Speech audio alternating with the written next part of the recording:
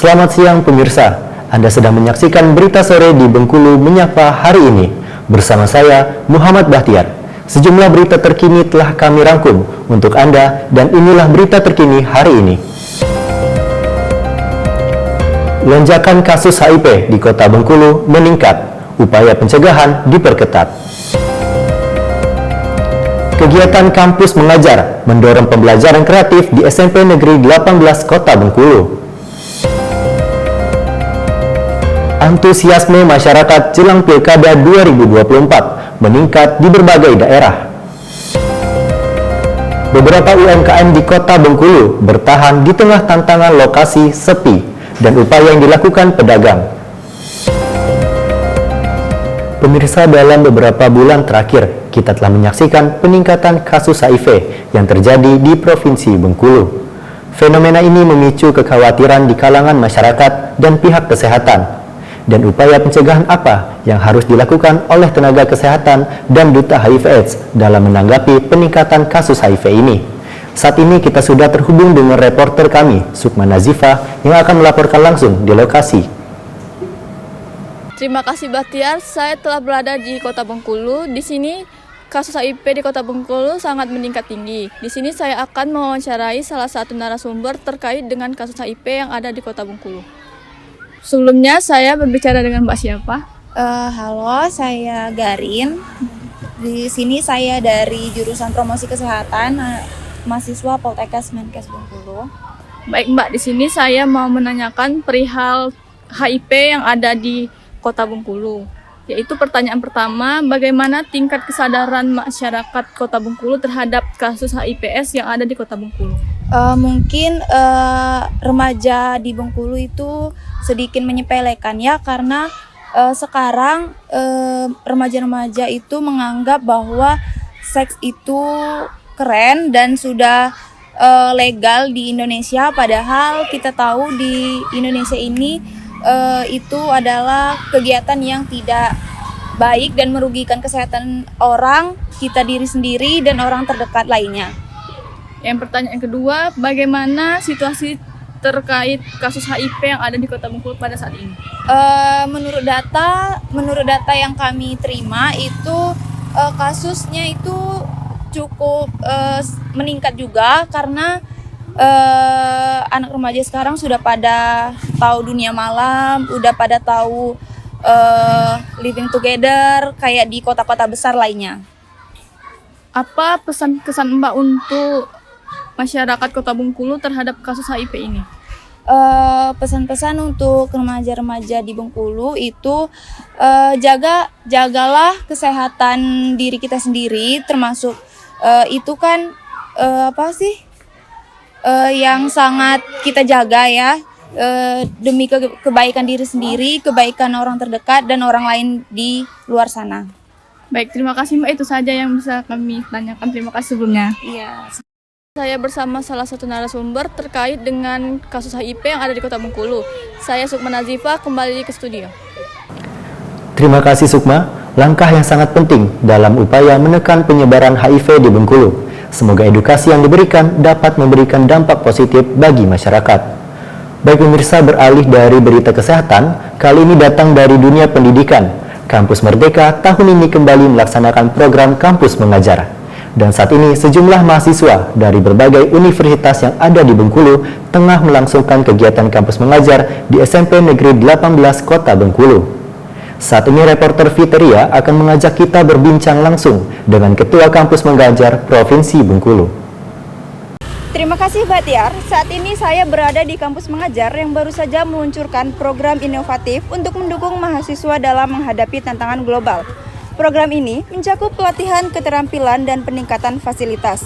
Selain itu, kami akan berbincang dengan salah satu mahasiswa yang mengikuti program ini. 1, 2, 3. Baik, sebelumnya dengan Mbak siapa?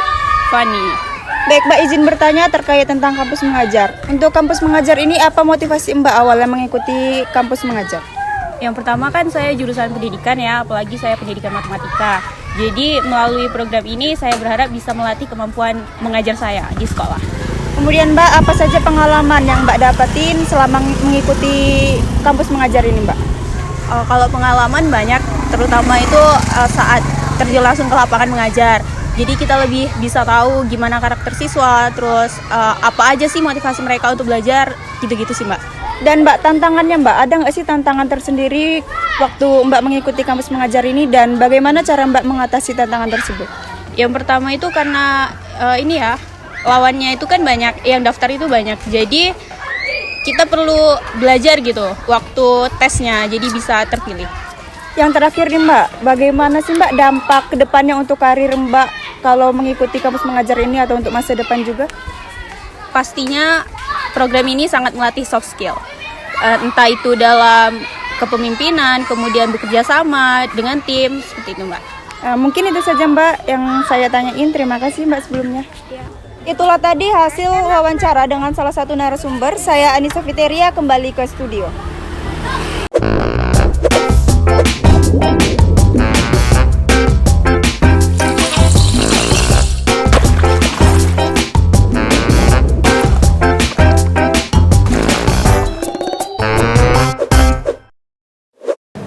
Terima kasih rekan kita Fiteria.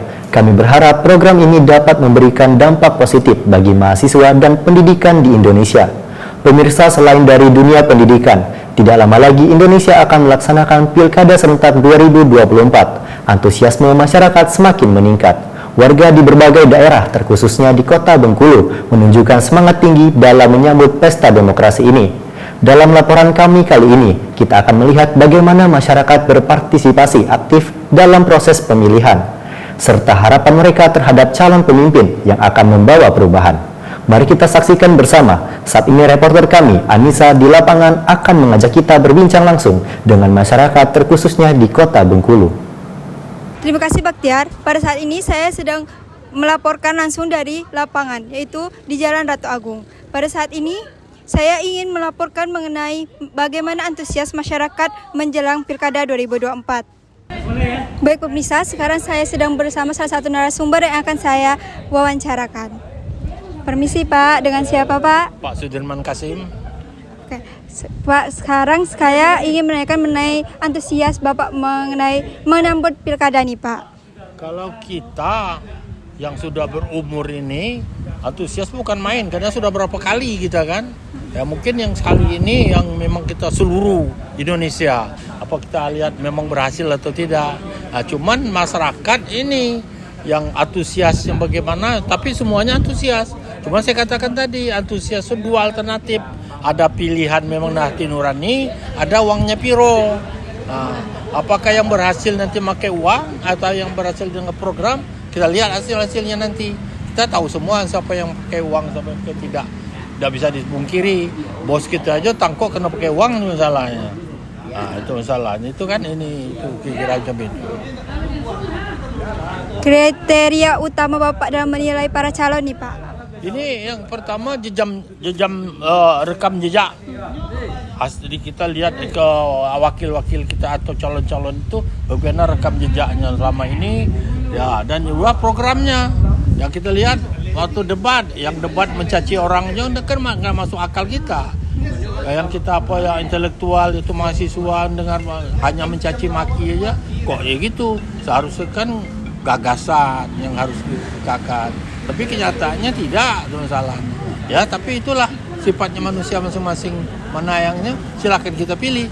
Karena kita demokrasi, mana yang baik menurut kita lanjut. Nah, siapa yang nunggu uangnya piro tunggu. Sedangkan pajar besok kalau pagi-pagi. Harapan Bapak untuk para calon yang terpilih ini Pak? Itu mereka sesuai dengan janji. Yang dua yang kebetulan yang jelek, kata nama Rohidin selama megang 10 tahun, apa kekurangannya perbaiki.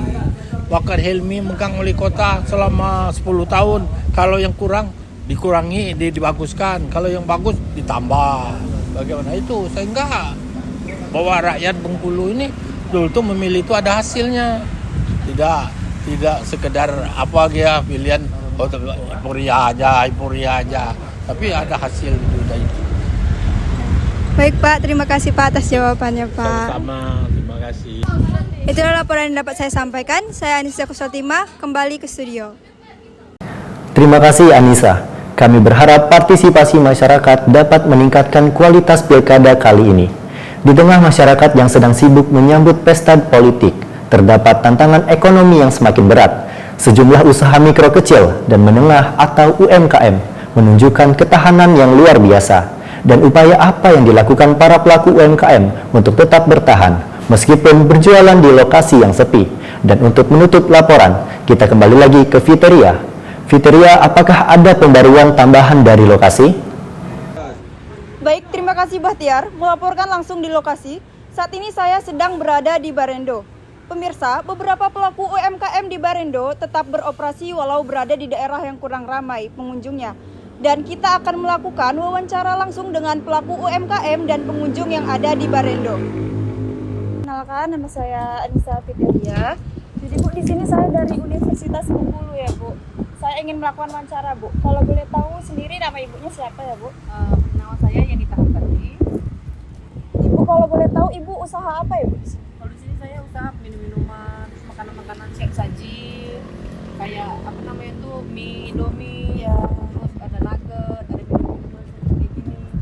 Ibu, saya sedikit bertanya boleh Bu? Boleh. Ibu, jadi kan di sini kan terkenal kalau siang hari ya Bu sepi gitu Bu, nggak terlalu banyak orang yang lewat. Nah, Ibu sih menurut Ibu sendiri apa sih tantangan paling besar gitu menghadapi kalau lagi sepi kayak gitu Bu, gimana Bu kalau boleh Ya, tahu? kalau di sini kalau memang siang-siang memang terlalu sepi sih Dek. Jadi dengan siasati itu ibu yang melalui media sosial, melalui keluarga, teman-teman. Gitu.